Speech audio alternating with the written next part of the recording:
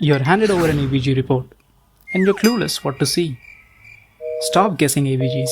In this video, we'll form a simple approach that works every time. The problem is when you see a whole lot of values, you get confused what to see. The PCO₂, the bicarb, the anion gap, compensation, and this all starts to shut down your brain. Today I'll show you how in easy steps you can cut down on the confusion and form a neat framework that will help you interpret ABGs. First thing is, stop trying to interpret everything at once. We need to understand it systematically, because it's not just about the numbers, it's about knowing why those numbers mean what they mean. And for that you'll need to know a little bit of physiology. So by the end of this video you will have a sequence and a personalized algorithm you can follow, so you'll interpret any ABG with confidence. Enough chit chat, let's get into it. Step 1. pH. See, the normal range is 7.35 to 7.45. Right in the middle, 7.40 is the value that we consider normal for interpreting ABGs. Anything less than 7.40 is acidosis, anything more than 7.40 is alkalosis. Just know this, that CO2 is acid. Why? Because it dissolves in water to form carbonic acid. Since CO2 is a gas, we can measure the partial pressure of CO2, that is the PCO2. Higher the PCO2, more acidosis. On the other hand, bicarb or HCO3- is a base because it can accept an H+ ion. So higher the bicarb concentration, more it will push towards alkalosis. And the normal values of PCO2 and bicarb are 40 and 24 respectively.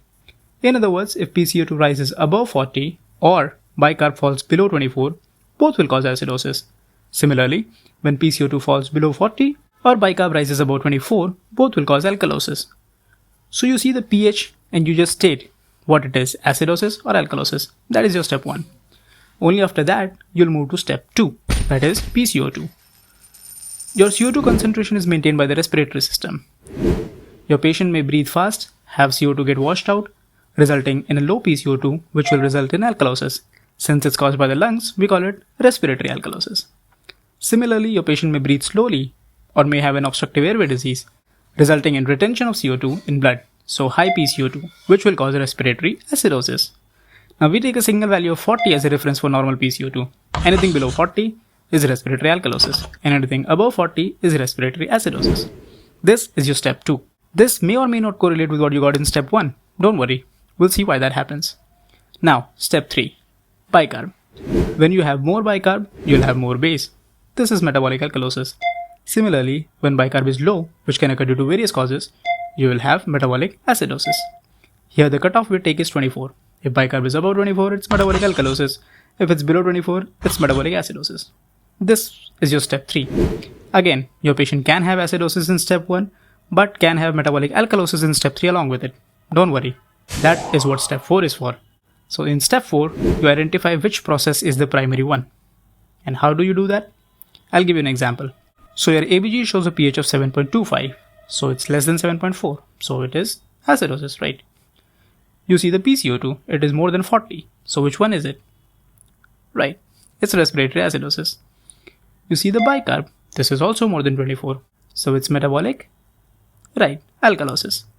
You should always remember that compensation occurs in the same direction. What it means is, when CO2 rises, bicarb should also rise to compensate, and when CO2 falls, bicarb should also fall to compensate. Makes sense, right? When CO2, which is your acid, rises, how will you compensate? Simply by increasing your base. And when your acid is low, you'll decrease the base. Also, another important thing is compensation never overshoots. What it means is, the end result of both the processes will push the resultant pH only in the direction of the primary process.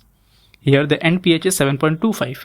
So the respiratory acidosis process is the primary one, and the metabolic alkalosis is the compensating one. And there you have it, the only 4 steps you'll need to figure out what's the primary process causing the abnormal ABG in your patient. In our next videos, we'll dive a little deep in evaluating further and we'll find out what these numbers mean. Till then, like, share and subscribe to Read Alerts.